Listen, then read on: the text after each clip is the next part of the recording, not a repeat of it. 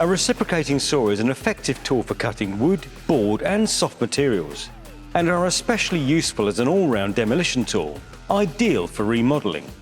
In this video, we'll be using the Sealey 20-volt cordless reciprocating saw.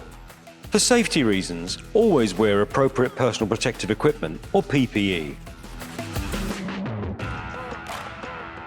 Make sure that you have the right saw blades for your workpiece, as there are dedicated blades to suit different materials.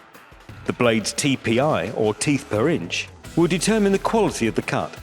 The higher the TPI, the finer the cut will be, although blades with fewer teeth generally cut more quickly.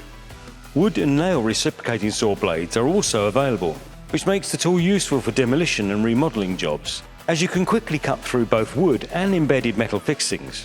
This is particularly useful when you're having to remove window and door frames.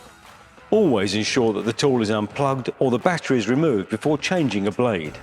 This saw offers a built-in quick blade change system. Simply lift the quick release lever, position the blade into the drive collet and release the quick release lever. Gently pull on the blade to check that it's firmly attached. The Sealey reciprocating tool features a variable speed control trigger, which applies more speed the firmer it's pressed.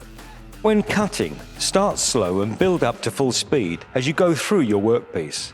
This should reduce the risk of kickback. When cutting through your workpiece, try to keep the saw's shoe tight against the material. This will reduce vibration on the user and increase cutting speed.